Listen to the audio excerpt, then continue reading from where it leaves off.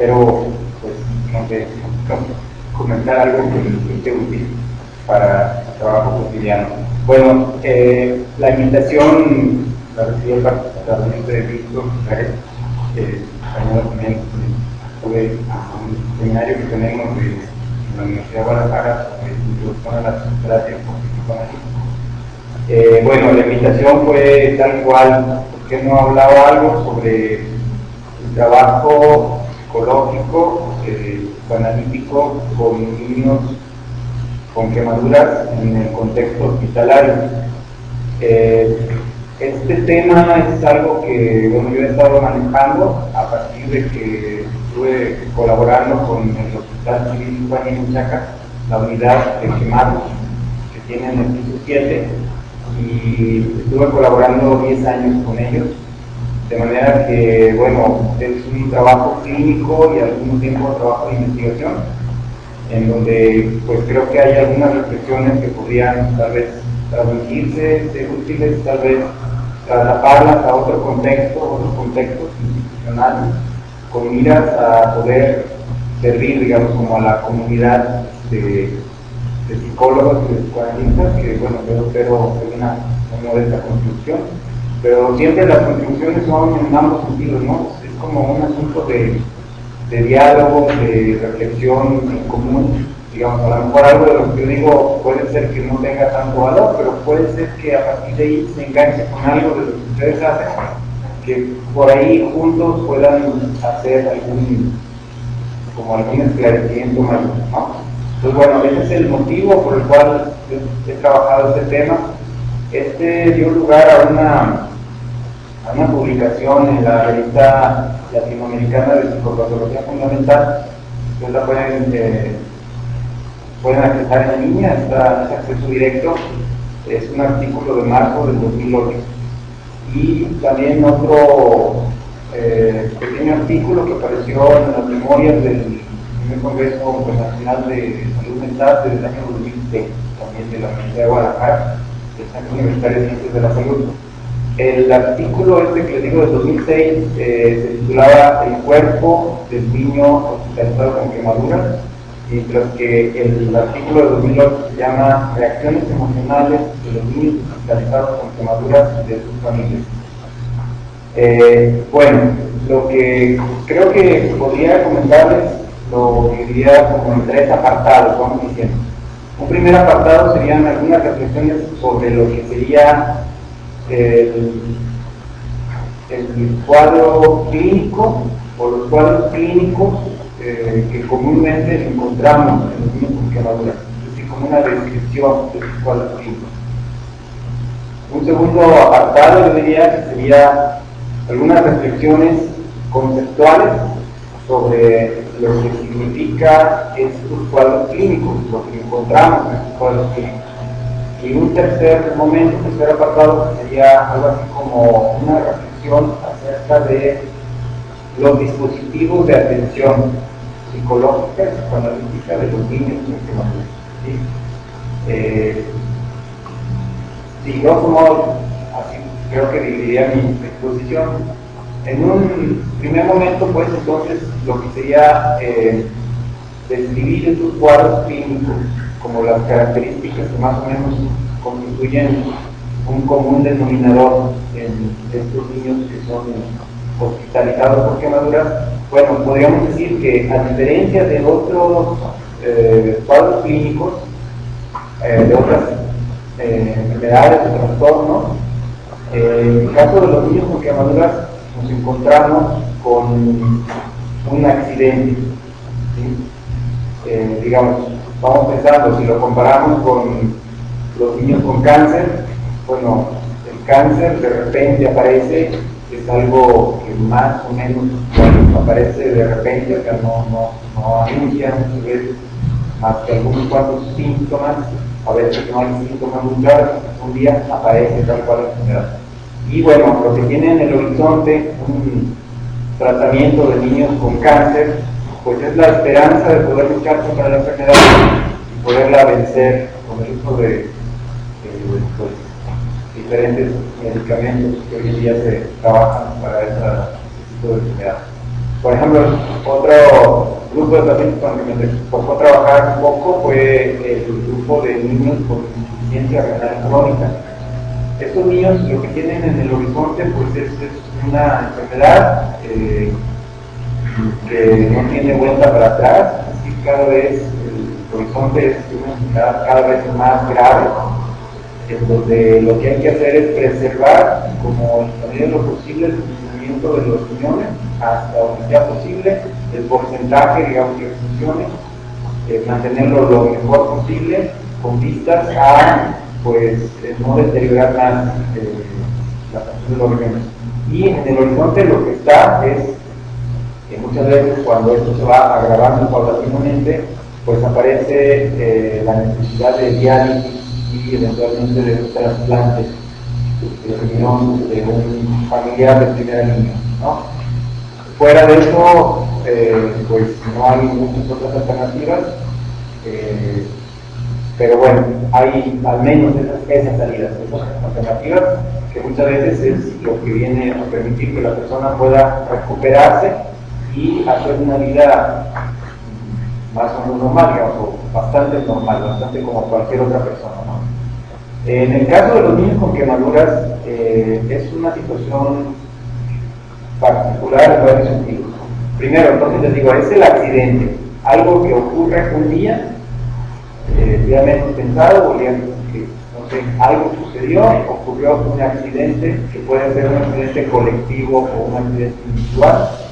Muchas veces, la mayoría de las veces ocurre en el ámbito del hogar, de la casa. La mayoría de las veces, es decir, el cuadro más típico es una quemadura, le llaman por escaldadura, es decir, donde lo que intervienen son líquidos calientes, líquidos hirvientes, que son los que se caen, digamos, sobre el cuerpo del niño. Puede ser el agua que estaba preparada para el baño, puede ser el agua con que estaba cocinando, puede ser la comida, puede ser algún otro líquido, digamos, que estaba en condición de hirviente, ¿no? Claro que también hay otro tipo de quemaduras, como sería el caso de quemaduras por electricidad, descarga eléctrica, quemaduras por ácidos, quemaduras por incluso radiaciones, ¿no? Pero bueno, esta cuestión de los agentes térmicos también, cuando es las llamas directas, son menos frecuentes, como les digo, que la más común es el accidente por escaldadura, llamado así, con líquidos quemantes, ¿no? Ahora, la condición de ser hospitalizado requiere de que sea una quemadura grave. En el contexto pues, hospitalario en el que me tocó trabajar, se requiere una superficie corporal 15% o más, digamos, de quemaduras. Generalmente son quemaduras de segundo, tercero o cuarto grado, y pues eso implica una gravedad, ¿no? Ahora, otra característica de este cuadro clínico, de estos cuadros, es que se presenta, pues digamos, un descubrimiento, no en el sentido de encontrar algo, sino en el sentido de quitar la tapadera, digamos, de la piel, ¿no? Generalmente, claro, no solo la piel, sino más allá, pues también hay una necrosis de los tejidos, incluso de órganos internos, ¿no? Pero digamos, la piel tiene la característica de ser como descubierta, destapada, de encontrar como lo que sería una ausencia de esa pantalla de protección antiestímulo, que es fundamental pues en nuestra percepción con los estímulos exteriores, ¿no?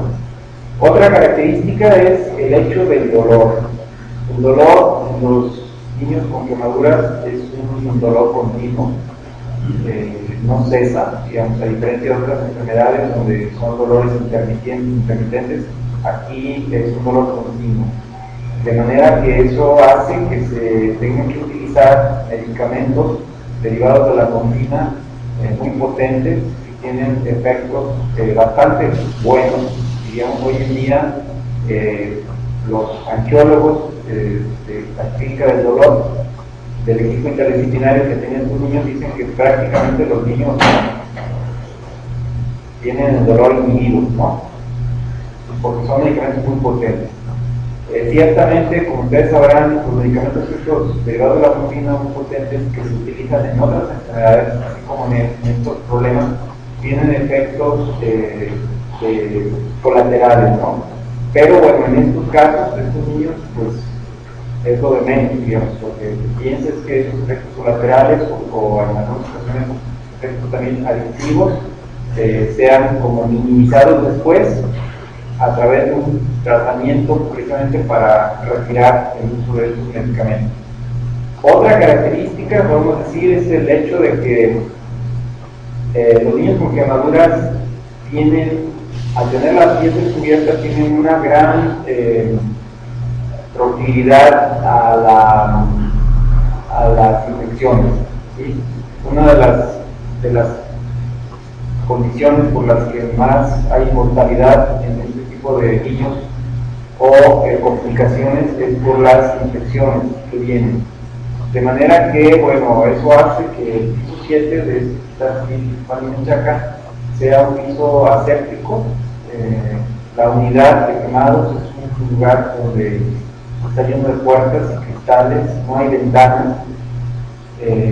Todo el aire que se respira al interior es un aire acondicionado y las puertas y las ventanas, digamos, las ventanas no son al exterior, pero las puertas son con la finalidad de aislar cada cuarto. Hay una entrada a la unidad en general, pero después, una vez entrando a la unidad, que por cierto la entrada a la unidad tiene que ser bajo una vestimenta, algo así como de astronauta, ¿no? O sea, zapatos de lona, cubrebocas, bata, la bata blanca y además otra bata encima, gorro para el cabello, y bueno, es una vestimenta que se supone que ayuda a reducir la cantidad de contagios en estos niños. Sin embargo, ahorita vamos a ver sobre esta cuestión del dispositivo o los dispositivos de atención, porque ahí hay muchas cosas que podrían resultar inconvenientes desde el punto de vista de la atención psicológica. Si de por sí muchos niños tienen miedo, digamos, a las batas blancas, pues a esta vestimenta todavía más exagerada, obviamente a veces dificulta el trato como más cercano, más cálido, digamos, con los niños. Bueno, estas características, digamos, clínicas de estos cuadros, también además hay que asociarlas con otra condición, y que a esta ya es más particular del servicio que les voy a hablar. Es la condición de ser niños, porque obviamente también tenemos lugares, hospitales donde se especializan en la atención de quemados, pero adultos, por ejemplo. Pero acá en esta situación más bien es un servicio pediátrico. De manera que esto trae otra condición particular, que es el hecho de que son niños que están en un proceso de constitución psíquica, es decir, sujetos, personas que están en este proceso de constituirse como personas. Y entonces eso nos lleva a considerar si el accidente por quemaduras traería algún tipo de complicación, dificultad, para poder pensar de que esa persona se constituye como sujeto con esas condiciones institucionales, ¿no? Es un elemento más que habrá que considerarlo ahorita en lo que voy a comentar.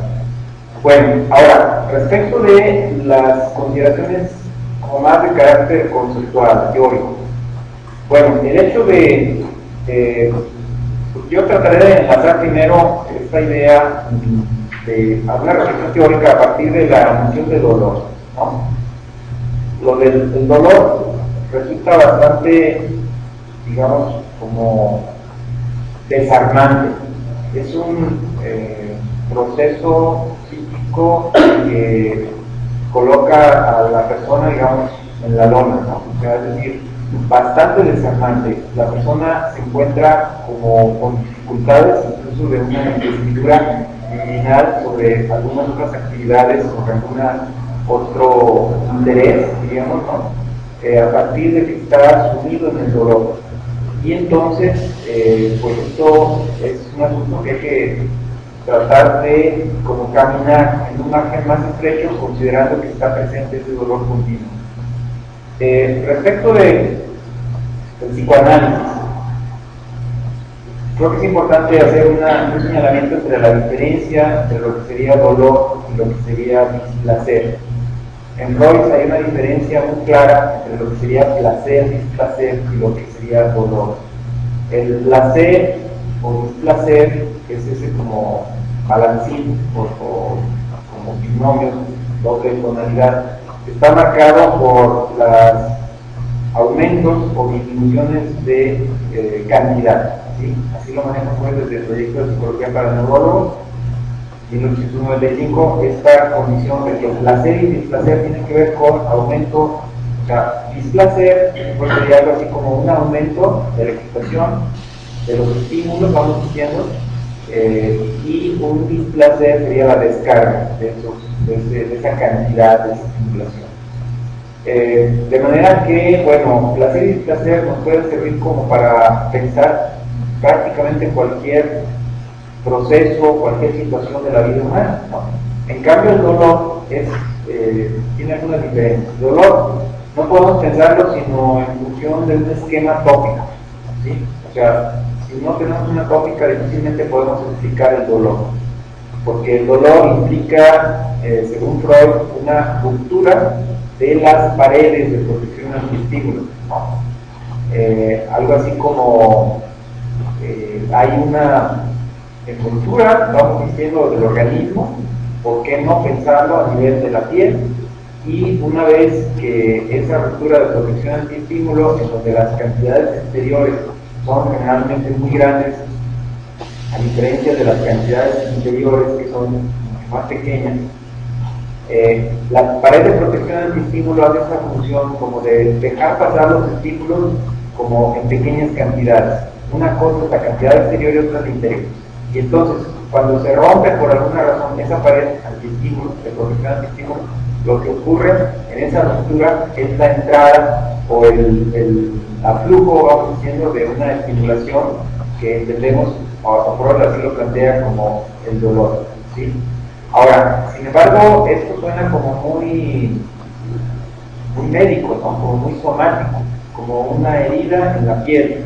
Sin embargo, Freud utiliza esta metáfora para hablar del dolor también en sentido psíquico. Habla de un dolor psíquico y concretamente lo remite a esa misma imagen. Algo así como se refiere que hubiera una envoltura psíquica, algo así como ahí aparece en Freud esta noción del yo, ¿no? Como si el yo fuera una envoltura que diera la impresión de unidad para la persona, y en donde el dolor implicaría una ruptura en esa envoltura y entonces un aflujo de estimulación, de excitación que no estaba previsto tener, estaba impreparado, digamos, el aparato psíquico para recibir aquello, precisamente porque lo que hubo fue una ruptura de una brecha que abrió, digamos, en la pared de protección antiestímulo. Entonces, lo que ocurre ahí, pues, es ese aflujo más o menos limitado, más o menos delimitado a una área, es lo que Freud habla como dolor, también en el sentido psíquico. Freud plantea, por ejemplo, en el sentido psíquico, que cuando uno pierde a un ser querido, lo que se produce es un dolor psíquico. Lo plantea como algo haciendo alusión a esta idea de lo orgánico, en donde hubo esa herida, digamos, en la cultura del organismo, donde hubo ese aflujo de excitación. Y entonces lo plantea como que una vez que se da esa entrada de esos aflujos muy grandes, lo que ocurre en el aparato psíquico, es decir, al interior de la envoltura, es una reacción defensiva de bloquear esa entrada de estimulación, al menos bloquearla, si bien no evacuarla, dado que es difícil porque la cantidad de excitación que entra es muy grande, al menos bloquearla, ponerle una frontera más atrás de la que tenía originalmente con la pared de la protección antiestímulo, al menos situarle otra frontera un poco retrasada, ¿no? Y para eso lo que se requiere es drenar, jalar investiduras de otras áreas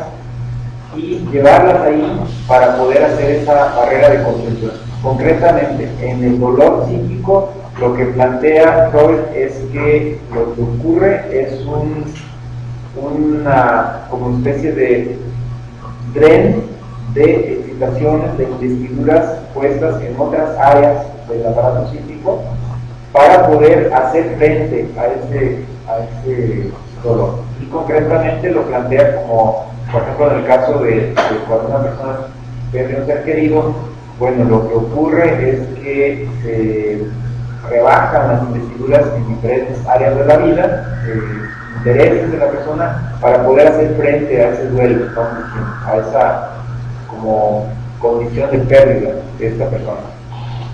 La noción de dolor creo que podemos enlazarla con otra que Freud utiliza enseguida para seguir pensando en estos procesos, que es la noción de traumatismo, ¿sí? La diferencia para Freud entre dolor y traumatismo, que serían como cercanas, sería la extensión. Algo así como en el dolor habría una brecha limitada,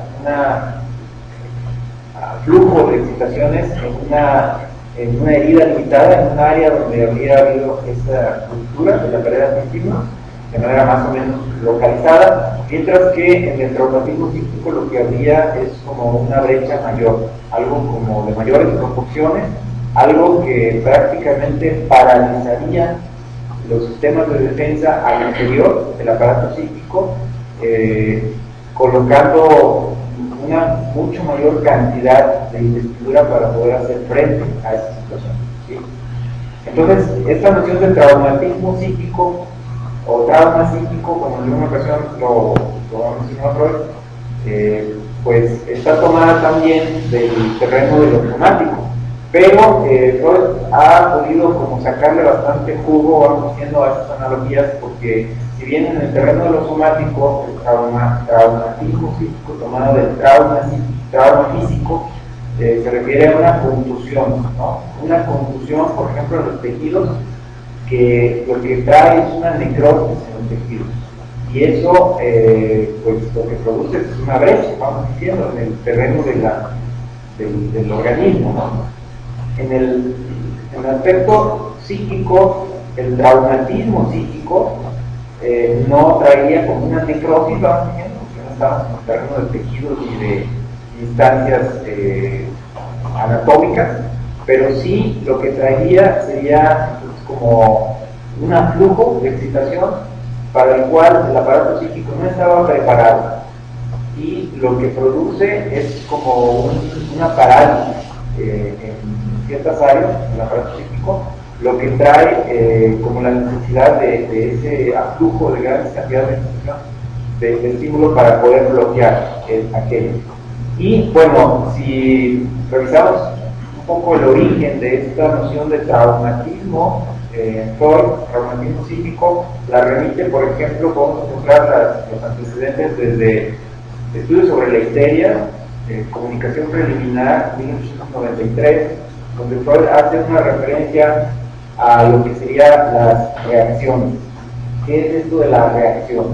Dice Freud, cuando uno sufre una afrenta, un ataque, vamos diciendo, un reproche, un reclamo de carácter muy vívido, bueno, pues es muchas veces como la reacción de decir por qué, como reclamar, como hacer frente a aquello, como afrontar aquella situación, ¿sí? Pelear, que no defenderse.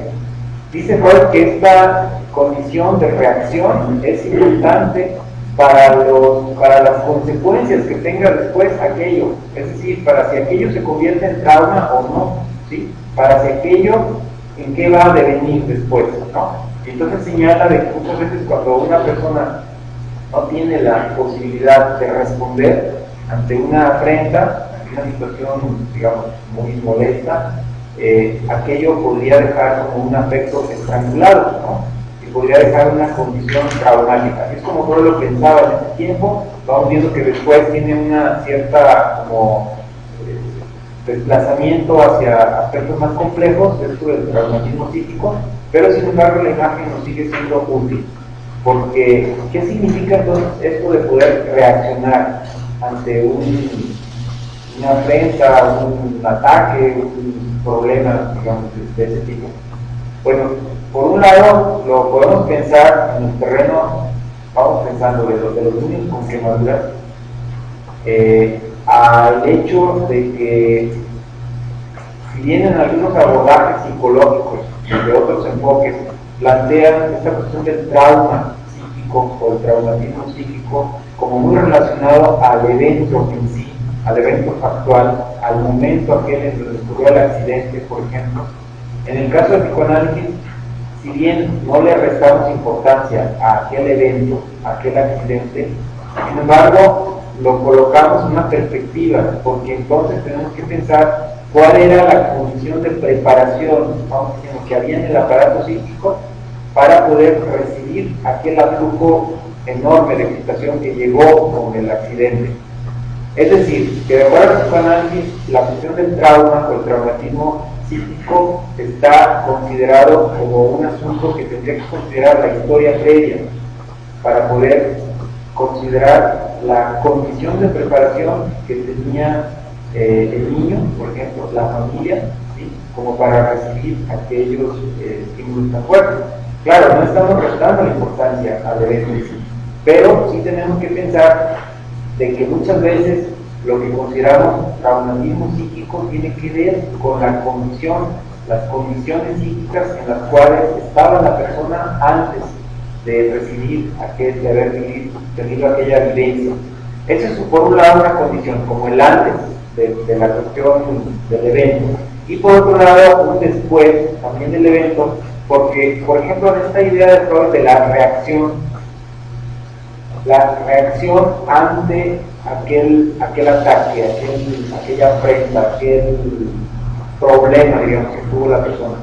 Bueno, acá yo creo que algo que nos puede servir de reflexión con relación a los niños con accidentes o quemaduras es el hecho de que muchas veces en donde encontramos más la condición de traumatismo psicológico es en niños o en familias en donde pareciera que no habría derecho a un reclamo.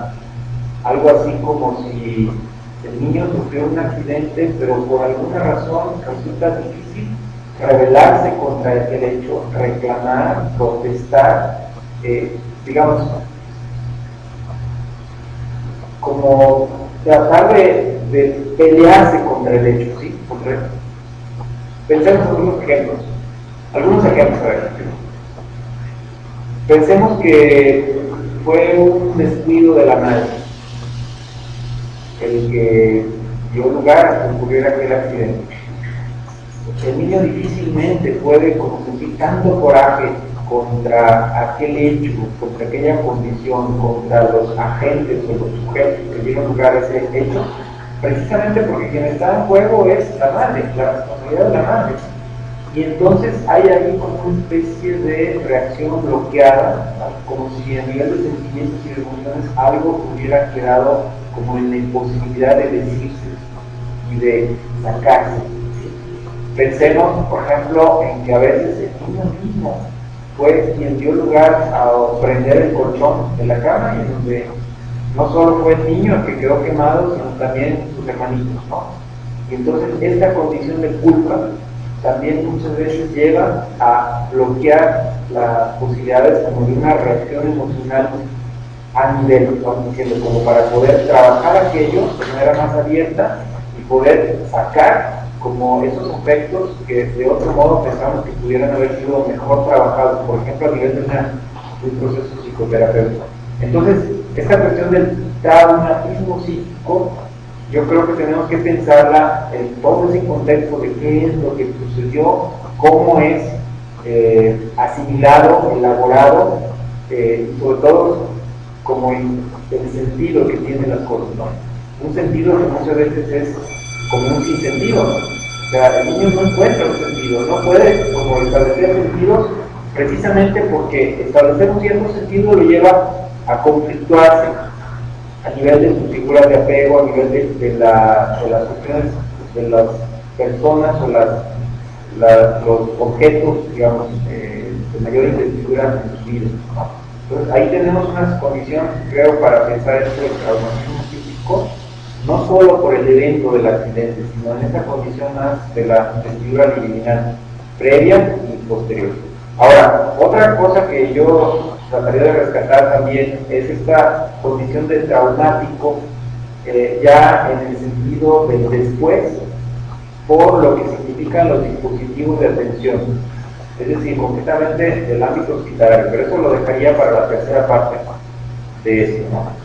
Otra noción a nivel de esta reflexión de conceptos y de la teoría que también nos puede resultar útil para pensar esta problemática es la noción de envoltura psíquica. Es lo que hablábamos en ese momento, que yo les decía que habla Freud del yo, ¿no?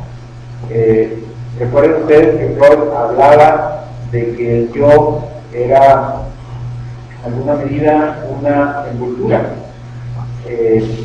una noción de cultura, una noción de unidad, ¿sí? En algún momento nosotros nos constituimos con una cierta noción de unidad, ¿no? Recordarán ustedes esta idea de que les ayuda el espejo, digamos, de la cara, ¿no? Donde en algún momento aparece esta noción, digamos, en el niño pequeño, de que al verse en el espejo él dice, ese soy yo, ¿no? Como que se llega a identificar como un ente aparte de la madre, aparte de los progenitores, aparte de los demás, y donde él se identifica como una unidad.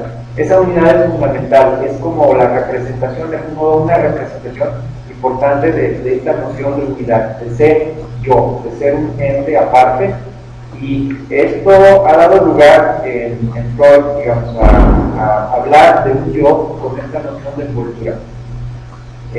Aparece en 1920, en el momento que opera la reformulación de la segunda tópica, que llamamos así, para introducir las instancias de ello, yo y superyo.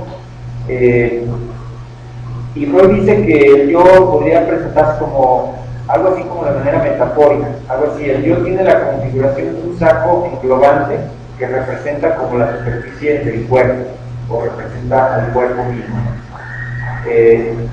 Pero también como de una manera hasta cierto punto metonímica, ¿no? Es decir, el yo surge como en la superficie del aparato psíquico, como una entidad especializada en la relación con el mundo exterior, ¿sí? Y entonces sería más bien una representación del cuerpo. La noción esta de envoltura psíquica, bueno, fue algo que inspiró a muchos psicoanalistas, entre ellos Sterling, esta psicoanalista inglesa. En 1968 ya propone el término de piel psíquica para explicar que las partes de la personalidad del niño pueden integrarse en la medida en que éste proyecta en sí objetos buenos. Sterling es como alguien del horizonte kleiniano, ¿no? Y entonces planteaba esta idea de que el niño necesita introyectar objetos buenos para poder constituirse él como un objeto bueno, un objeto continente, que de algún modo era como ayudado a constituirse así a partir de la madre, ¿no? Y donde esta noción de piel pues iba más allá de la piel tal cual física, sino que era pensado como esta noción de frontera.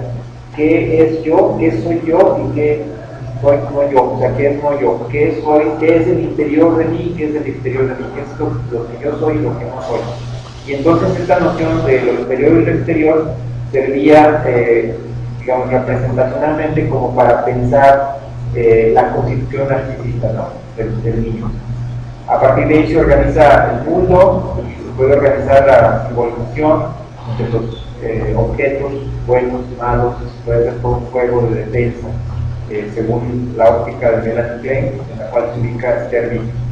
Después de, digamos, siguiendo esa línea, un poco de cultura psíquica, unos años después, en 1974, hay un psicoanalista francés que plantea una noción que ahora, digo, se ha visto después bastante rica, digamos, en cuanto a todo lo que generó como reflexiones teóricas.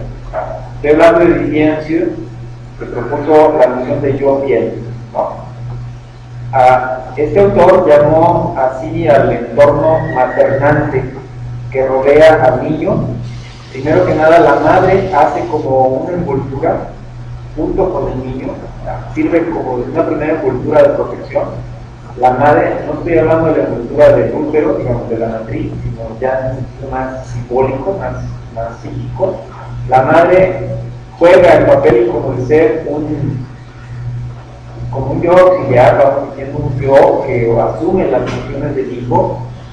Si vemos lo que dicen las mamás cuando tienen a su niño recién nacido, hay otro autor que se llama Winnicott, que decía que la mamá en la condición de madre, de recién madre, digamos, de que acaba de tener un hijo, vive una condición, digamos, de ensoñación materna, y en donde la madre asume a veces como la condición de quien sabe que tiene el niño, algo así como una empatía llevada al extremo, al punto tal de considerar a su hijo prácticamente como si fuera parte de él, ¿sí? El niño empieza a gemir, a llorar, y la madre dice, es que tiene tal cosa.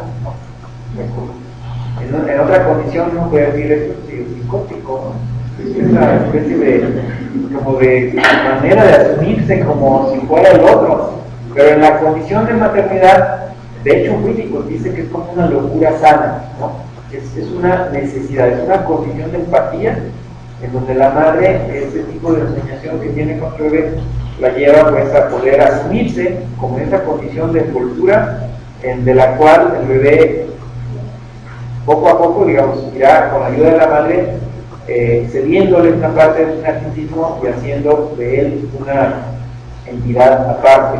Entonces esta noción de yo bien resulta bastante productiva, al menos en este contexto de los tiempos que maduran, porque pues da la impresión de que efectivamente lo que el niño constituye al constituir su narcisismo es una noción de yo, una noción de qué soy yo, una noción que lo delimita de alguna manera a él como un ente aparte, y entonces lo que ocurre con el accidente con quemaduras es como una especie de cuestionamiento a esa condición de envoltura, algo así como si esa envoltura en alguna medida está haciendo fuga o está dejando entrar algo del exterior al interior, como hay en muchos niños me tocó ver fantasías como de ser despedazado, de ser desollado, de ser como de perder su identidad, digamos, su condición de sujeto, ¿no? Y lo más interesante de esto es que Ansius ya planteaba en esto del yo piel, el hecho de que no es la piel la que da lugar solamente a tu noción de yo piel, sino que la piel es como muy ilustrativa, digamos, para pensar esas envolturas físicas, pero Ansius también plantea la idea de que se pueden constituir diversas envolturas, por ejemplo, envoltura de palabras, ¿sí? También las palabras hacen envoltura, también las palabras crean una condición de protección, digamos, respecto de lo exterior, ¿sí? Y condición de pertenencia, condición de estar como en un terreno más seguro, estar protegido respecto de lo otro, de lo exterior.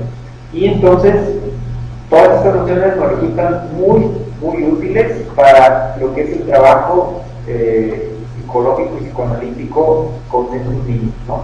Porque luego vamos a ver lo que da lugar cuando, al faltar la envoltura de la piel, digamos, en el sentido físico, todo lo que significa la envoltura de palabras, ¿no? Y la envoltura, digamos, a nivel transferencial, de constituirse como en una especie de comunicación con el otro, ¿no? Esta envoltura de palabras. Entonces, es una noción bastante útil, que además Ansius es uno de los autores que más estuvieron trabajando la noción de grupalidad, ¿sí? De psicoanálisis, el trabajo grupal.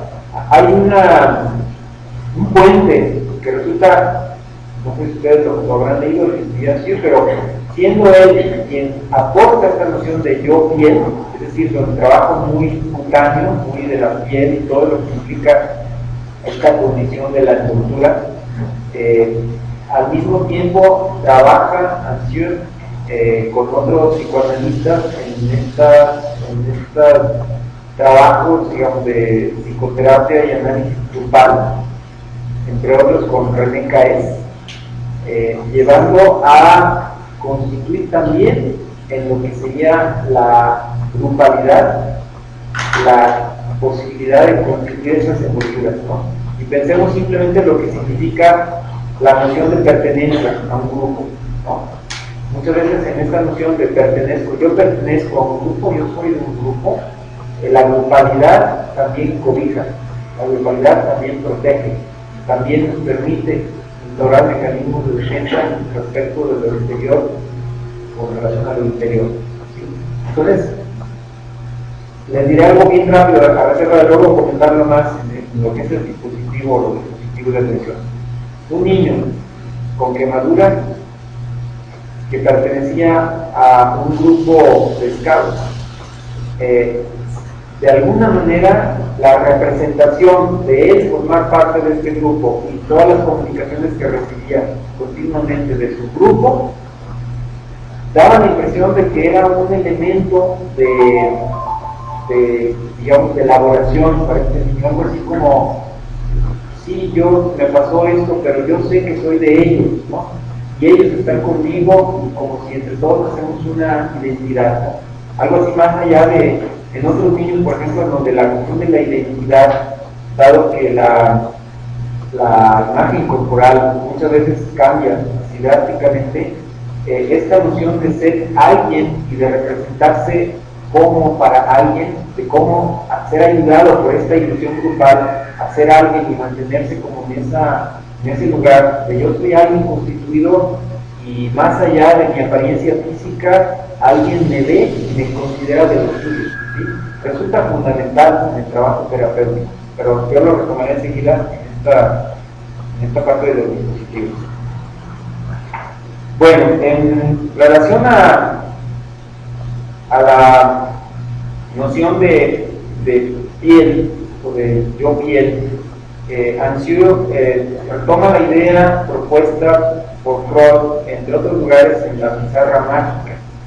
Ustedes recordarán este artículo de 1925 donde Freud habla de que el aparato psíquico ocurriría o sería pensado como algo formado con una doble envoltura. Dice Freud, la envoltura psíquica comprende dos capas diferentes en su estructura y su función. La capa más externa, la más periférica, la más dura, rígida, estaría vuelta hacia el mundo exterior.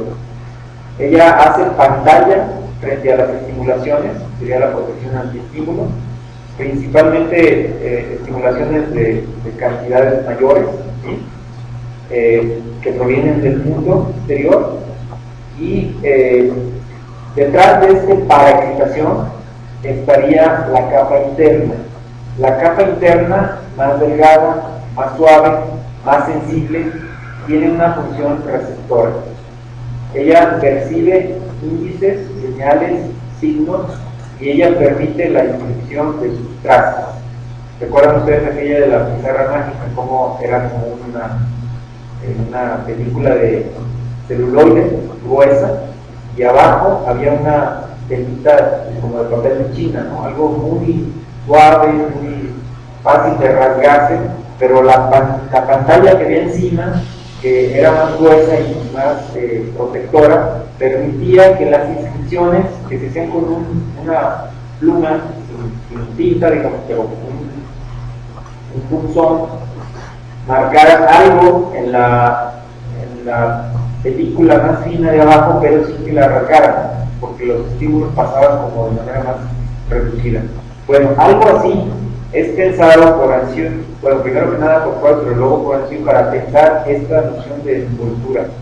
La envoltura requiere de una protección primero, algo que haga frente a los estímulos y los pueda reducir a un terreno de pequeños índices, ¿sí? Y detrás de ello, o una vez logrando esa protección antiestímulo ante las grandes cantidades, lo que se requiere es una película muy sensible. Y eso es para lo que Ansiu plantea que ocurre con esta noción del yo piel, y que en principio es la madre que ayuda a constituir así yo pienso, con su función, digamos, maternante, ¿no? Bueno,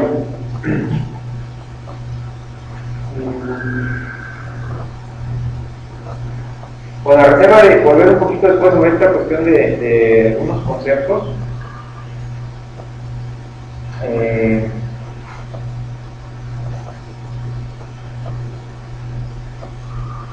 bueno, una última consideración, para luego pasar esto de los dispositivos. En la cuestión de los conceptos aparece una consideración respecto también del traumatismo psíquico. El traumatismo psíquico, entonces, habría que pensarlo no solo como en relación a un evento factual, algo acontecido, sino también en relación a una historia, a la historia previa, aquello que estuvo como dando la condición de preparación para la recepción de esa gran cantidad de títulos, y también de la historia posterior, porque al menos tenemos esta noción de traumatismo en Freud. Recordarán ustedes cómo Freud, por ejemplo, plantea en algún momento que para que se produzca la condición de traumatismo, les recordaré el caso EMA, del proyecto de psicología para neurólogos, es la parte 2 del proyecto, 1895, donde dice Freud que para que se produzca un traumatismo se requieren al menos 2 tiempos, ¿sí? Es decir, se requiere el pasaje de una inscripción a una retranscripción. Es decir, plantea ahí Freud, a lo mejor resulta así un poco complicado esto, voy a tratar de explicarlo. Freud plantea que, por ejemplo, en lo que sería la vivencia de una paciente que él llama Emma, antes de la pubertad, concretamente en la infancia, dice que ella vivió un evento, bueno, concretamente dice, Emma tenía que 5 años, 6 años, algo así, va a la tienda, pide permiso a su mamá para ir a comprar unos dulces, la mamá parece que le dice, no, esta no, pero bueno, luego le dice, bueno, pero así. Va ella sola, va con el tendero, llega a comprar las golosinas y al pagarle al tendero, darle las golosinas, el tendero le pisca los genitales. Emma inscribe ahí una huella anémica que Freud dice es sexual presexual, es decir, aquello queda como una especie de, ¿qué es eso? Como una inscripción como en el limbo, ¿no? O sea, ¿qué es eso? No hay como elementos para darle sentido a eso que fue esa vivencia temprana. Dice, luego plantea una segunda escena que ocurre cuando Emma tiene 16 años, es el momento donde va a consulta con Freud, y donde Freud lo que encuentra es una muchacha que dice tener un ataque de angustia.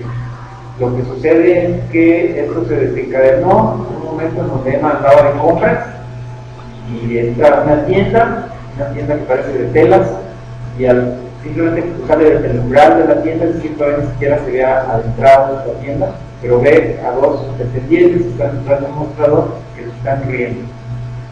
Emma siente como una gran angustia de eso, ¿no? Y sale inmediatamente de la tienda, ¿no? Eso le cuenta a Freud y dice, bueno, pues yo no sé qué me pasó, siempre sentí una gran angustia.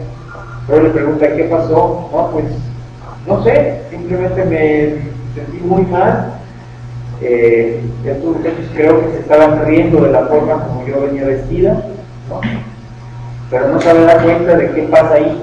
Y Freud a partir de ahí explica que ciertamente entre la primera escena, que fue de carácter sexual presexual, que no fue traumática la primera escena, simplemente fue la condición para que quedara inscrita una huella anémica, que después se va a resignificar a partir de la segunda escena, eso de los 16 años, y entre las 2 escenas habrá una especie como de enganche, en donde algo tomará sentido en la medida en que aquello se engancha, ¿sí? A eso le llama una resignificación, y que ocurriría precisamente mediada por una retranscripción o una conexión a partir de un cambio, digamos, en los parámetros de la transcripción, del sentido. Es decir, que ahí jugaría el cambio de momento, los elementos para entender. En el segundo momento, Emma ya tenía como mayor entendimiento en el terreno de lo sexual, pero si bien en el segundo momento podemos decir que ocurrió algo que hace clic como para encontrar algo traumático, pero lo traumático tampoco está en la segunda escena, porque no pasó nada en la segunda escena. Entonces, Freud hace toda una reflexión para pensar de que lo traumático está en la condición de resignificación que ocurrió entre esos, al menos esos dos momentos, dos tiempos, ¿sí? Algo así como si en la primera escena quedó inscrita una huella anémica que quedó ahí, incrustada, sin poder ser elaborada, sin poder saber eso que es, ¿sí? Pero que guardó su potencialidad y que en la segunda escena, cuando ocurrió aquello, hubo un enganche asociativo en donde ahí aparece la potencialidad traumática de la primera, pero no es la primera la traumática, ni la segunda tampoco, es el enganche entre ambas la que constituye lo traumático. Es decir, Freud plantea, lo que sucedió para que ello haya sido traumático es que en la segunda escena el yo fue atacado por donde no lo esperaba. El yo estaría preparándose, vamos diciendo, para los eventos percibidos, para lo que ocurre en su relación con las percepciones, con el mundo exterior. Pero resulta que aquello no pasó en el mundo exterior. La segunda escena, en realidad, lo que sucedió fue que movilizó algo del recuerdo, no del mundo exterior. El mundo exterior no fue sino algo que enganchó, pero algo que estaba ya dentro del aparato psíquico. Es decir, el aparato psíquico se vio vulnerado por algo que no venía del exterior, sino por algo que venía del propio interior, de los recuerdos, de ese banco de información de huellas anémicas. Entonces, es un elemento más para considerar esto de lo traumático, psíquico. Un accidente por quemaduras, a pesar, como decimos, de todo lo pesado de la condición misma del accidente, siempre se encuentra relativizado, condicionado, influido por la historia del niño, de la familia, y por la condición también que se vive en lo que sigue, ¿sí? Y ahí ocurren muchas resignificaciones, cosas que hace pues de este terreno un lugar de acompañamiento. Yo diría, hemos denominado que con esto paso al tercer apartado de lo que quería comentarles, o los acompañamientos psicológicos. Así le hemos llamado. Sabemos que es un término un poco debatido, dado que ustedes habrán seguramente visto, leído, escuchado o tal vez hasta tenido diplomados en acompañamiento terapéutico. El acompañamiento terapéutico ha sido algo que ha tenido un cierto auge últimamente, un cierto desarrollo, que tiene que ver con el hecho de servir como de apoyo para actividades de la vida cotidiana a una persona que tiene ciertas dificultades para moverse por sí misma, para valerse por sí misma, para interactuar en el mundo por sí misma, por ejemplo en el ámbito laboral, en el ámbito escolar, ¿sí? Estamos hablando por ejemplo de una persona psicótico, alguien que tiene a alguien que le ayuda a ir a su escuela, que le ayuda a ir a su trabajo, que le hace esa función como de mediador, en esa ayuda para establecer una socialización y una interacción con el mundo, ¿sí? Sin embargo, en el ámbito más bien, ahí es pues el mundo exterior, digamos, esa relación social, ¿no? Mientras que acá estamos en el ámbito hospitalario, al interior del hospital. Entonces le hemos llamado acompañamiento psicológico. Bueno, les diré algunos puntos rápidamente, o de tiempo como no. ¿Se puede? Bueno, el servicio del hospital, para empezar, no espera que se formule una solicitud de interconsulta. Les diré que al principio, cuando se formó la unidad de niños quemados en el año 2000, así es como funcionaban las cosas. Los psicólogos que estábamos ahí esperábamos que los médicos nos pasaran una orden de interconsulta para ir a ver al niño. Sin embargo, en ese momento lo que ocurría es que el psicólogo actuaba como un bombero, ¿no? Una vez que aparecía la urgencia, la emergencia, córranle, porque el niño resulta que no quiere que le pongan inyección, ¿no? O no quiere que le pongan el suero, o el niño no, resulta que no come, está llore, vayan al psicólogo a ver qué hace, ¿no? Y entonces, en ese contexto, obviamente, ustedes sabrán que la intervención del psicólogo resultaba mucho más complicada, ¿no? ¿Por qué? Porque para empezar vamos a conocer de qué niño se trata, ¿no? Quién es, y a ver cómo le hace uno para establecer una relación con este niño. En cambio, afortunadamente las cosas se modificaron y después el servicio de psicología tenía la consigna de que todo niño que ingresa a la unidad de quemados es atendido desde el primer momento en este acompañamiento psicológico. Es decir, se le designa un psicólogo, muchas veces de orientación psicoanalítica, a veces no, que es el responsable de ese niño. Y tiene alguien que le eche una mano, hay con quien hace equipo, de manera que pasa informaciones, pero hay alguien que es el responsable y que pasa visita de cuando en cuando, varias veces por semana, pasa una hora o largos tiempos ahí platicando con el niño y con la familia, de manera que eso crea de entrada una condición, llamamos así, de acompañamiento de ese proceso que resulta el estar, la estancia hospitalaria y todas las cosas que se viven ahí.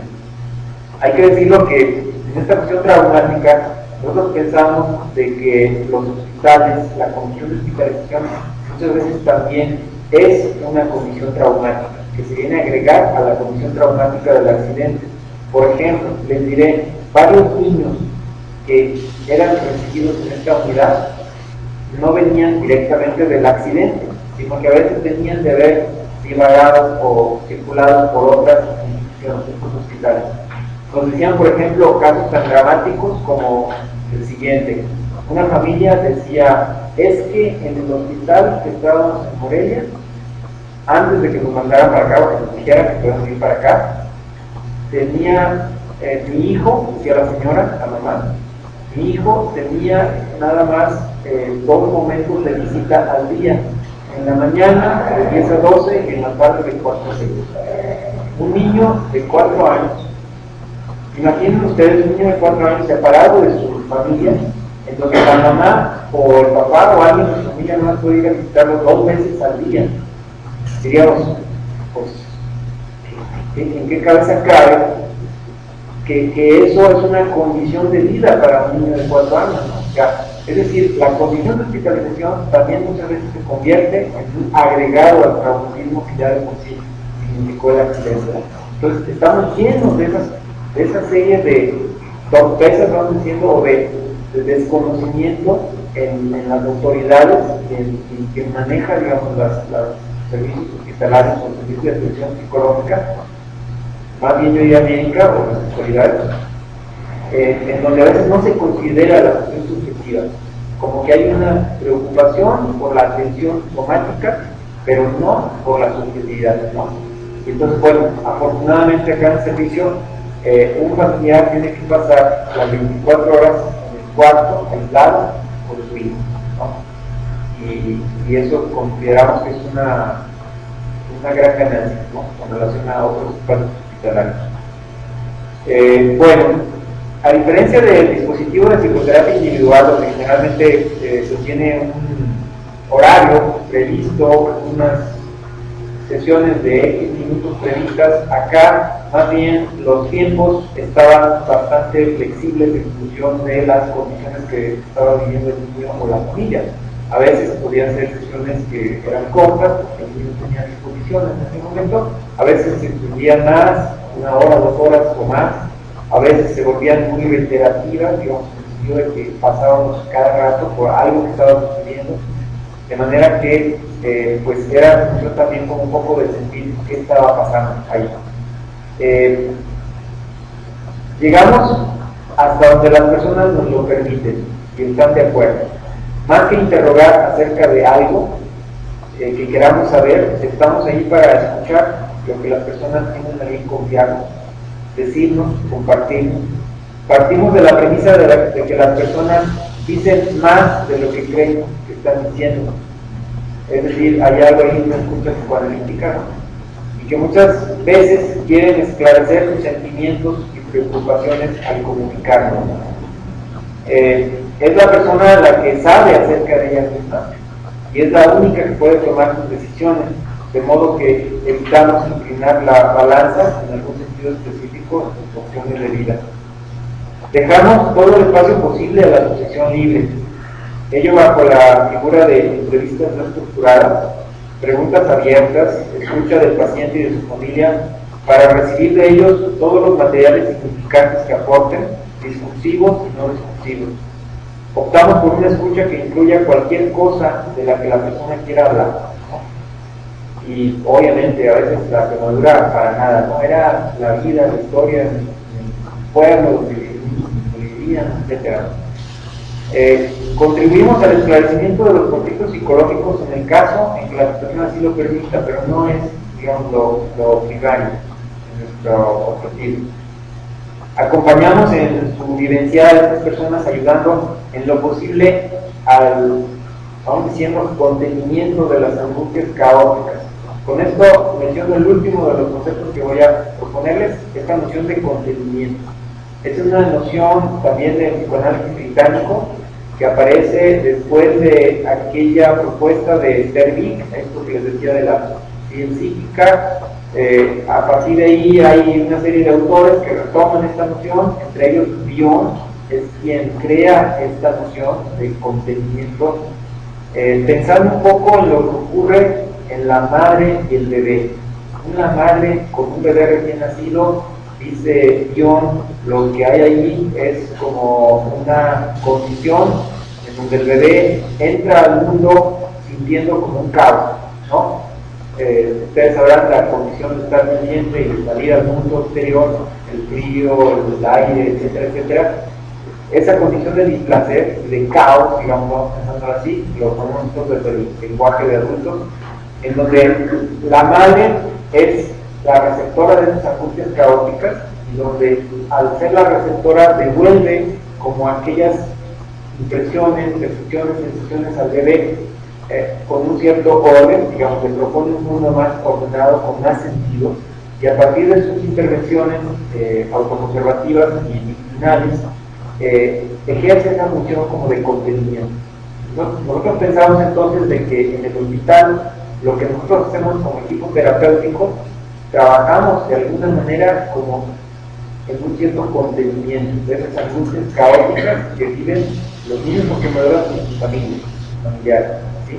Ahora, hay que decir otra cosa, esta noción de contenimiento no es posible simplemente como hacerla en individual. Consideramos de que la condición de recepción de esas angustias caóticas y de poderlas asimilar, elaborar y devolver como en un sentido más elaborado, más trabajado, vamos diciendo, en el sentido de las cosas, solo se puede hacer un trabajo de equipo, ¿no? Entonces consideramos que esto del trabajo de equipo, por ejemplo, sesiones clínicas, trabajo de reflexión sobre el equipo, es fundamental para poder trabajar con esta noción de contenido.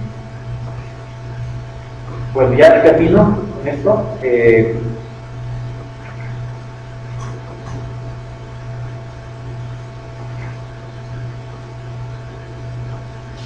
Si bien en la terapéutica de hoy el dolor puede ser apaciguado momentáneamente con anestésicos y analgésicos eficaces, el paciente quemado está desprotegido ante los estímulos más cotidianos, sintiéndolos como una agresión a su integridad corporal. Por ejemplo, cuando la sábana toca la herida viva, cuando una costra que estaba tomándose con mucha paciencia, digamos, con mucho tiempo, de repente al flexionar una rodilla se vuelve a abrir, ¿no?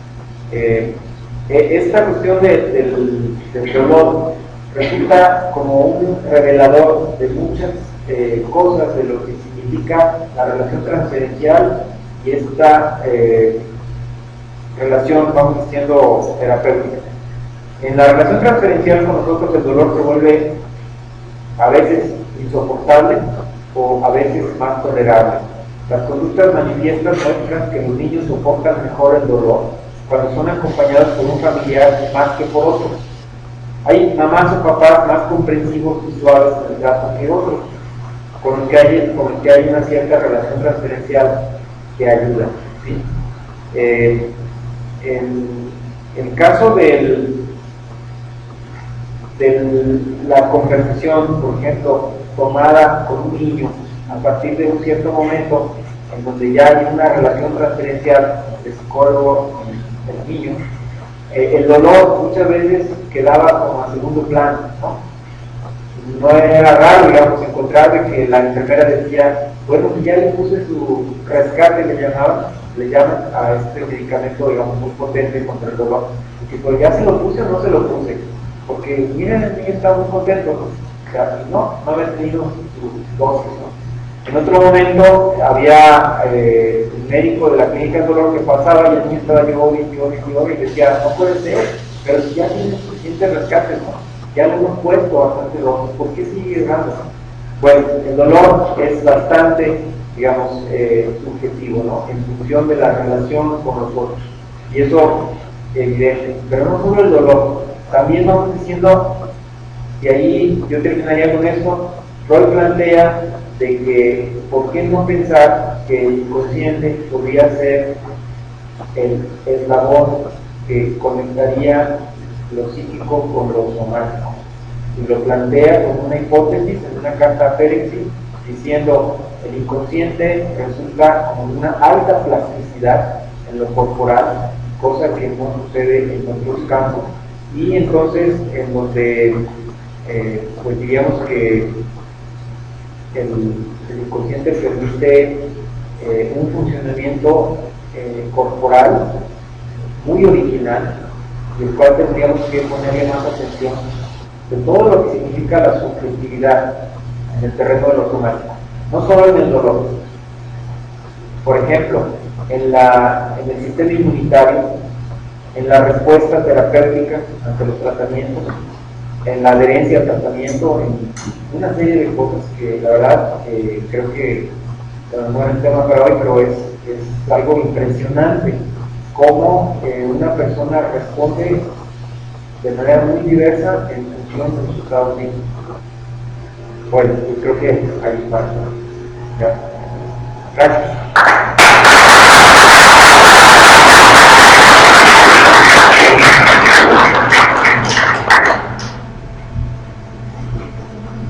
Pues tenemos paso para preguntas, ¿no? No sé si alguien quiere preguntar algo. Sí. Comentario. Me pareció interesante la exposición porque personalmente mi caso quemado un niño de 10 meses, una cuidadora que le llamó,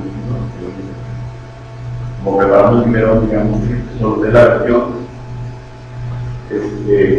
Pero quiero comentar de lo que mueve, es decir, un niño no quemado, sino que con terceros, cuidadora, se quema en una circunstancia de mala relación o paz. Porque el día que lo quemaron, yo lo debía cuidar, y la mamá dice, no lo cuidas tú, y lo lleva con terceros y lo queman. Ya que lo queman, así de papá, el tercer día. Entonces, a partir del escenario, de la connotación de la quemadura, o sea, con la historia, pues, tiene una derivación, ¿no? Yo muy enojado con mi esposo todavía, y con quien nos quemó. Y luego por parte de los que la quemaron, tratando de ocultar eso, y más, yo estaba en una maestría en psicoterapia, y quien nos quemó era el hermano de la directora de la escuela, y invitando a ellos, ¿no? Es decir, no importa cómo habla a la demanda, limitando, etcétera, siempre psicoterapeutas, ocultando, entonces, en un escenario muy complicado, en ese sentido. Digo, nomás un ejemplo pues, de lo que estás señalando, de la historia, o sea, una cosa la quemada, sí, que por sí mismo es complicada, pero el contexto de la historia lo hace mucho más complicado, ¿no? Es decir, una escuela de psicoterapia, la hermana, los psicoterapeutas, los jefes, los directores, minimizando la situación, yo no cargo con quien lo quemó, con la esposa, con una situación presente de atender, estuvo digamos, en el hospital, quemado, recordado los segundos, 13 días, dos días unos 4 veces, un niño, o sea, que ni siquiera se quemó él, o sea, como así decimos, derramado, toda la historia se compleja pues, por el contexto, ¿no? Sí.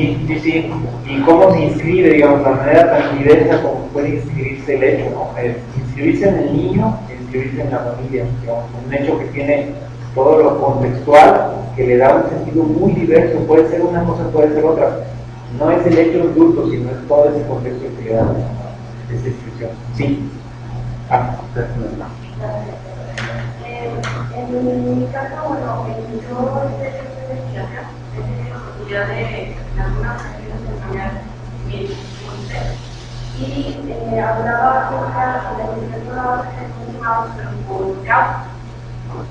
En este caso, yo no estoy escuchando. ¿Gestión? ¿Perdón? ¿Gestión? Así es, de causas. Estoy escuchando, por ejemplo, que es importante, en el caso de la investigación de qué sucedió, cómo han investigado qué sentido tiene lo que pasó.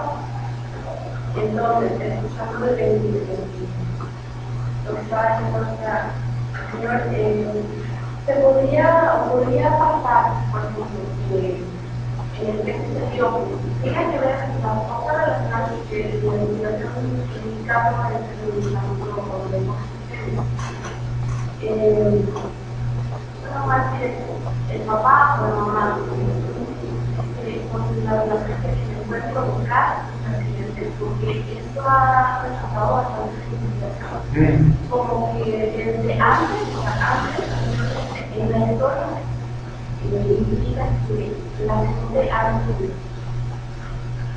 Pues a lo mejor es dicho así como en muy pocas palabras, yo no sé si le estamos contando algo así como que más complejo, pero algo hay de eso yo creo, porque, a ver, un accidente en muchos casos es un descuido, y en muchos casos un descuido es porque pues se bajó la guardia, y se bajó la guardia porque a lo mejor lo que estaba pasando era otra cosa, era un tironeo, una tensión, una situación de desatención, precisamente porque la atención estaba puesta en otro lado. Sí, entonces, puede ser, yo creo que sí, como hipótesis de investigación me parece que podría ser trabajada. Hay otra cuestión también que bueno, hay que decirlo, los accidentes por quemaduras estadísticamente están como muy relacionados con cuestiones de precariedad económica, precariedad en cuestiones de una conflictiva familiar, una cuestión de responsabilidad en general, ¿sí? Es decir, podríamos decir, bueno, los accidentes por quemaduras pueden pasar a cualquier persona, sí, pero yo creo que también hay ciertas condiciones que predisponentes, que facilitan un poco más. Yo creo que eso es esta cuestión de un conflicto familiar o desatención familiar, porque la atención está puesta en otras cosas, sí. Quiero preguntarte algunas cosas. ¿Cómo recordé la lectura de Ignacio, del libro del amor y dolor, y precisamente que como una herida, una quemadura, una marca, tiene que ver con una asociación a un dolor que no solamente es lo físico, sino es, hay algo de mi cuerpo que está adoleciendo, y entonces como un descuido es algo. Y me acordé de un caso, trabajé con niños de la calle, de un niño precisamente que tenía muchas marcas en la frente, y cuando yo pregunto, yo estoy trabajando en la calle, yo pregunto, oye, ese niño, ¿qué onda? Me dice, no le toques el tema. Entonces fue así como un tabú, porque al parecer la mamá lo llevaba a un bar a cuidar, y la persona que lo cuidaba la quemaba, le apagaba los dos cigarros en la frente y le cortaba. Entonces el señor tenía como esas marcas, así que se ponía muy agresivo. Entonces el dolor, lo que mencionaste mucho, no tenía que ver con la acción del acto, ¿no? Sino todo lo que representaba con la madre, con la persona. obviamente lo dan a la abuela, lo meten en la casa hogar. Esa era una porque también la duda. La otra es cómo pensar, porque tú hablas de esquema corporal, imagen corporal, cómo se modificaban estos niños, o siempre era el mismo. Y la última creo que lo mencionaste, pero me quedó duda, si a los padres se decía cómo apoyar a los niños, porque entonces si una madre tenía demasiada culpa, entonces no lo toco, no lo veo, porque me siento ese acto, o cómo la hacían. Sí, bueno, a ver, 3 preguntas. La primera es esto del dolor. Sí, yo creo que el dolor se inscribe de muy diversas maneras. Por ejemplo, en este ejemplo que tú das es esto de un niño que vive ese dolor como una marca de, como muy asociado a esta condición de estar inerme frente a ese agresor, ¿no? Y además con la complicidad de la madre, o sea, o de algún modo la vista gorda de la madre, ¿no? Como de dejar pasar eso.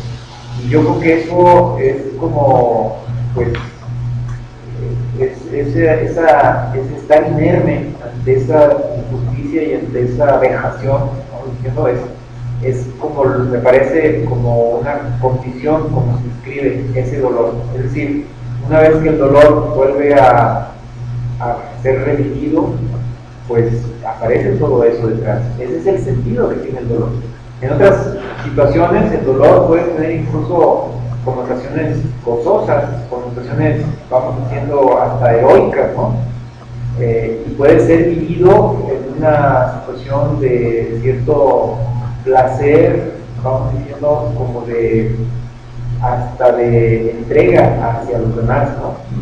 Y bueno, sigue siendo un dolor. Y probablemente entre un dolor y otro, si lo midiéramos en términos médicos, como dicen, a ver, del 0 al 10, a lo mejor es igual de intenso o hasta más intenso. Y sin embargo, en una condición tiene la connotación de ser una vejación, una gran injusticia, algo insoportable, por eso precisamente, y en otra condición puede tener el carácter de ser algo placentero, algo sentido como es mi deber, yo debo hacerlo así, ¿no? Entonces yo creo que sí, la inscripción es muy diversa dependiendo de cómo se ve. Ahora, lo segundo es esta cuestión de si Temas corporales, sí, de imagen corporal. Bueno, sin entrar a esta diferencia entre imagen y esquema corporal, yo más bien plantearía esto de cómo cambia. Bueno, obviamente con una quemadura cambia, no solo la imagen corporal, sino muchas veces también como la condición, digamos, como la persona accede a representarse ante los demás, a ser alguien ante los demás. Concretamente, a ver, un accidente en un niño con quemaduras lo que lleva es a una serie de trabajos de reconstrucción, trabajos de readecuación. Ustedes sabrán que la piel en un niño que se quema es una piel que se contrae, y entonces hagan de cuenta que el traje que uno trae, una piel, no crece, o no crece igual el desarrollo del cuerpo, digamos, el desarrollo de la persona. Entonces, hace necesario que la persona tenga que tener operaciones de cuarto en cuarto para que los cirujanos le amplíen el traje, vamos diciendo, para que esa piel contraída pueda dar de sí un poco más, pueda jalar de otro lado para poder que se vaya adecuando. Entonces, la imagen corporal, digamos, es bastante complicada. Otra condición también, cuando la cara está en juego, es algo muy notable. Nosotros lo llegamos a ver muchas veces. Cuando la cara está en juego, es decir, cuando el rostro es el quemado, hay una condición más complicada, digamos, de elaboración. Sean niños o niñas, el rostro quemado resultaba más complicado para los niños que si fuera otra parte del cuerpo, ¿no? Porque es de algún modo como la identidad, como la cara que se da a los otros, como la presentación, ¿no? Y entonces cuando veamos un trabajo pues más urgente, más intenso de elaborar aquello. Y no es que no se pueda elaborar, no es que sea como un destino, decir, ay, pues ya no hay nada que hacer. No, sí hay mucho que hacer, hay mucho que hacer. Les diré un ejemplo así muy rápido. Un niño, adolescente, que la quemadura en la cara lo llevaba a tener una cara bastante, digamos, rugosa. Bueno, yo creo que lo que de algún modo llevaba a un niño al principio como con una gran vergüenza y mucho odio hacia los demás, con una relación muy, muy difícil con los demás, adolescentes, 14 años. Hay un momento donde empieza él a significar positivamente su condición y él planteaba así como dos características. Una, la de él era muy fuerte porque había sobrevivido a esa experiencia y al mismo tiempo era muy feo, pero muy fuerte, muy feo, le daban algo así como una connotación como de la mole, ¿no? La mole de los Cuatro Fantásticos, ¿no? Donde él era alguien como excepcional, excepcionalmente fuerte y excepcionalmente feo, pero donde él se asumía como positivamente, o sea, es decir, alcanzaba a sacar como un lugar, como de algo de decir, yo así soy, ¿no? Y como que los que me acercan así, bueno, porque yo así soy, algo así. Entonces yo creo que sí, esta cuestión de la imagen corporal es algo que hay que trabajar mucho, porque sí, tenemos niños que luego entran a la adolescencia y se van para abajo, ¿no? O sea, es decir, muy complicado. La discriminación en las escuelas de los niños y de los adolescentes es grandísima. O sea, cada cosa es una situación de exclusión fuerte. Perdón, ¿me tenía pregunta? Si adecuaban a los madres o a los padres. ¿De qué hacer? Sí, pues está también este trabajo con los padres. Miren, el trabajo que hacemos es en buena parte en el cuarto aislado, pero también hay un cubículo aparte donde se puede platicar con la mamá o con el papá o con quien sea necesario de los familiares aparte. Ustedes saben que no siempre hay cosas que los niños tengan que oír, ¿no? Entonces, cuando era necesario, pues así, abrir como un espacio aparte, se podía platicar aparte. Sí, ¿por qué no?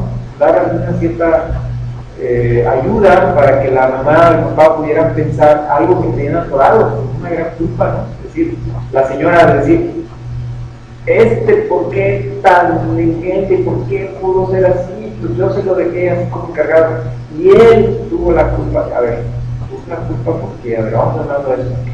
Todo eso, ¿no? Como poder sacar, poder expurgar todo eso y en algún momento poder elaborar y pensar, bueno, que yo creo que por más que haya habido algún descuido, no es como una intención de haberlo quemado, ¿no? Pues muchas veces ahí estaba como muy traslapada la cosa y la persona no llegaba a pensar en el otro como esa condición también de ser víctima, es decir, pues me pasó y ahora es una víctima de que va cargando un peso muy grande encima, pero no es una intención, no tuvo la intención de haberlo quemado, es algo diferente. Y eso, claro, no se lo vamos a decir así luego, no tiene sentido, sino es trabajarlo, como para ir entendiendo pues esta realidad. Sí. ¿Alguna otra pregunta? Bueno, también depende del cuánto tiempo. Pues si les digan. Son cuatro. Van referente más a su trabajo. Sí. Primero, ¿cómo el aparato psíquico puede prepararse para posibles placeres? Esto me refiero ahorita a lo que mencionó, que de repente tienen que volver a hacer cirugías, que de repente es un cambio de vendas.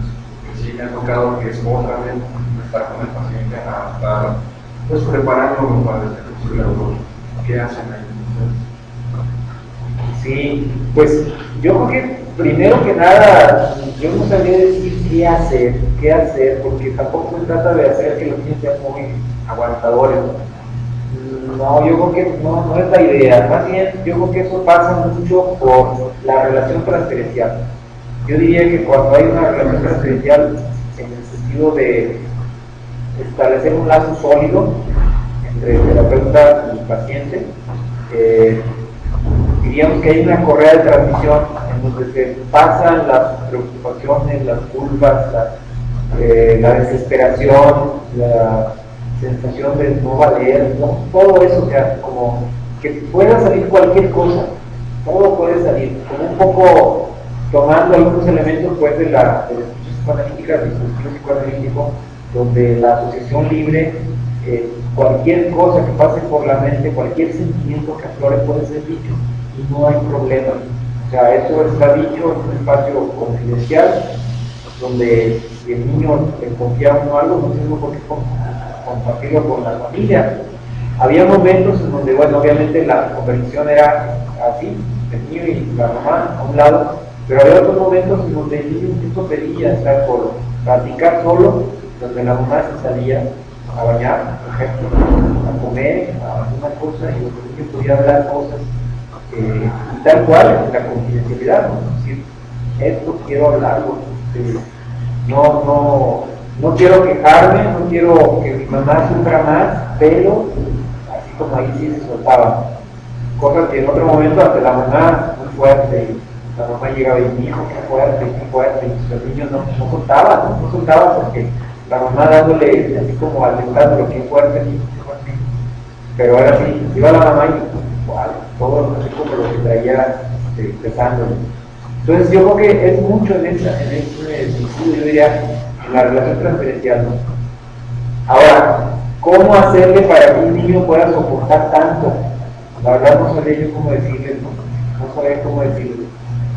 Creo que no puede uno decir, tienes que aguantar, porque pues es algo muy doloroso, muy complicado, pero los niños se enfrentaban heroicamente en las cosas, sobre todo sostenidos en una relación transversal con la familia. Y bueno, yo diría, ahí el psicólogo, digamos, que hace una función secundaria ciertamente, pero que a veces ayuda a que las transferencias familiares como que hagan cierta sinergia a veces, ¿no? Quitar algunas cosas que estaban sucediendo y que la familia también sostenga pues a niños. ¿Cómo definirían en este caso ya el objetivo del cumplimiento? O sea, ¿cómo decir, bueno, la familia está pasando por esto, se debería buscar la manera de que para de la familia hable con los niños? ¿Cómo definir esta objetivo? Bueno, yo creo que esto del contenimiento puede, a veces yo he escuchado que hay quien le da un sentido muy simplista, como si fuera casi apapachar, ¿no? O así como dar palmaditas, sí, tú puedes, adelante. No, para nada. Yo creo que es una actitud más bien, yo diría de escucha, neutral, o sea, decir, aquí se vale decir cualquier cosa, no va a pasar nada con decir cualquier cosa, sacar cualquier cosa. Incluso eso implica también una postura ética, porque imaginen ustedes, si lo que va a salir es yo quiero demandar al hospital, dice una mamá, yo quiero demandar al hospital porque hubo una serie de negligencias en las primeras intervenciones que le hicieron a mí y lo dañaron más de lo que estaba y además hicieron esto y esto y esto, yo quiero demandar al hospital. Y bueno, pues uno tiene que colocarse en una condición ética, digamos, de yo estoy para escuchar a ustedes y para ayudarle a pensar eso que ustedes están pensando. Y si usted finalmente va y demanda al hospital, es su derecho. Y usted tiene todo el derecho. Aún cuando a veces uno está también pues, en esa condición de, bueno, yo estoy trabajando en el hospital, pero es diferente. Yo primero nunca tuve mi salario del hospital, ¿no? Pero ciertamente hay un convenio de trabajo con el hospital. Pero una cosa es el decir, no, señora, mire, ahí tranquila, no me parece. Y otra cosa es escuchar todo lo que sea, incluso eso, y ayudarle a la persona a sopesar las cosas, y a sopesar sus decisiones, y a finalmente asimilar, asumir sus decisiones, digamos, lo que maduramente fue lo que conviene, sea lo que sea. Sí. Ahí habrá que considerar el duelo como el duelo de la madre. O sea, depende de la gravedad, como probabilidad, o compatibilidad con la vida de niño. Sí. Hablando de primer segundo grado, o el cuarto grado de la convención social. Y lo que mencionaba, una armadura en el rostro, sabemos que existen las guerras sociales. Las guerras la carrera oral con la cual Sí. Sí, y bueno, muchas veces las reconstrucciones eran reconstrucciones muy grandes y uno no se imaginaba, al principio, cómo este niño podía quedar, cómo podía ser reconfigurado, ¿no? Cuando había una imagen muy deteriorada, pero los cirujanos, una vez y otra vez y otra vez, y diferentes intervenciones, bueno, hacían cosas bastante buenas, digamos, ¿no? Pero claro, yo creo que el asunto ahí fundamental desde mi punto de vista es cómo se reconstruye físicamente la imagen, digamos, por parte de la persona, no tanto físicamente, porque físicamente, por decir algo, alguien tenía por ahí una cicatriz menor, bastante menor, y seguía sintiéndose el más horrible del mundo, ¿no? Pero, ¿cómo entonces físicamente se elabora esa condición? Sí. Bueno, creo, pero tengo la experiencia de la vida hospitalaria.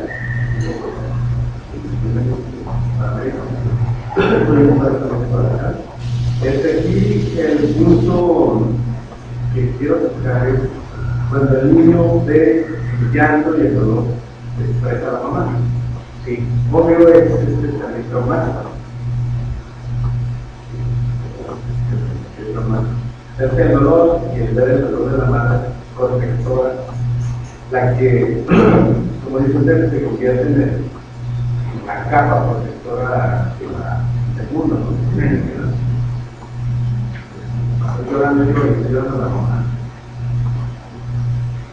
Sí, a veces, bueno, esto del llanto de la mamá, supongamos que pues puede ser por muchos motivos, ¿no? Pero yo estoy imaginando un llanto que es un llanto de dolor contenido, un llanto de culpa, un llanto de muchos sentimientos que requieren como salir, ¿no? Y donde a veces no hay donde salga, y además no solo que salga, sino que pueda elaborarse. Entonces yo diría que sí, a veces vamos pensando esa imagen, un llanto de la madre que es un llanto como ahogado, un llanto que no lleva a elaborar las cosas, sino simplemente como un sufrimiento. Pues sí, yo creo que eso también puede dañar al bebé, bueno, no dañarlo a sí mismo, pero sí puede ser algo que para el bebé signifique tal vez la condición de no tener una madre suficientemente como dedicada a él, porque está llorando por algo, ¿no? Sufriendo por algo, y entonces, bueno, yo creo que allí está la condición de ayudar a esa madre. Y yo ahí enlazaría con algo de lo que es mi trabajo actual con bebés, con mamás. Y bueno, yo creo que hay muchísimo que hacer, es un trabajo muy descuidado. Las madres en México no tienen ninguna ayuda en sentido psicológico. Se dirá que hay una buena atención médica, pero la verdad es que hay un desconocimiento total de lo que es apoyo psicológico a la maternidad. Y hay muchísimo que hacer, porque si hay un terreno en donde la prevención tiene sentido y tiene una proyección exponencial, es en la maternidad, es en los primeros momentos de vida. Y bueno, es un terreno muy descuidado, como tantos que hay en México. Entonces, a lo que vamos a caballero, dentro del trámite de conceptos que están manejando como método de intervención en crisis, tenemos los psicológicos no utilizados. Bueno, lo de intervención en crisis sí, muy frecuentemente, digamos, los niños o las mamás están en situación de crisis y es tal cual lo que es una intervención de carácter urgente con fines de poder bajar la angustia que están viviendo y poder como llevar a que sea como más manejable, que puedan agarrar un poco ciertas riendas de lo que están viviendo. Diagnóstico, en algunos momentos utilizamos algunas pruebas, pero no, digamos que trabajamos más con la entrevista clínica. No, digamos, en general no utilizamos diagnósticos en base a baterías de pruebas, sino la entrevista clínica tal cual. Pero en lo particular no negaría la conveniencia, digamos, tal vez de utilizar algunos baterías de pruebas si fuera necesario ser predictivo, pero trabajamos más con la entrevista clínica. Por por tiempo cerraríamos. Igual, bueno, también nos presentamos al principio. El evento, gracias al maestro el doctor Zárate que nos acompaña en esta invitación. Yo formo parte del grupo Acontecer, hicimos alianza con el grupo CEMAS. Quisiera presentar al maestro Nacho, que bueno, ahorita estamos trabajando lo de unos seminarios, una especialidad. Pues vamos a agradecer al doctor Zárate la charla. Me imagino que han quedado muchas cosas por pensar para todos, pues, y a partir de lo que él ha planteado. Y este es el primer evento que hacemos de manera conjunta, CEMAS y Acontecer. Y nosotros tenemos una especialidad también, tenemos actividades de carácter psicoanalítico, cualquier mayor información que se pedía que se acerquen con TikTok. ¿Sí? Y bueno, esperemos que no sea tampoco el último evento que hacemos de manera conjunta. Y reiterar mi agradecimiento a Gabriel por su excelente charla y muchas gracias.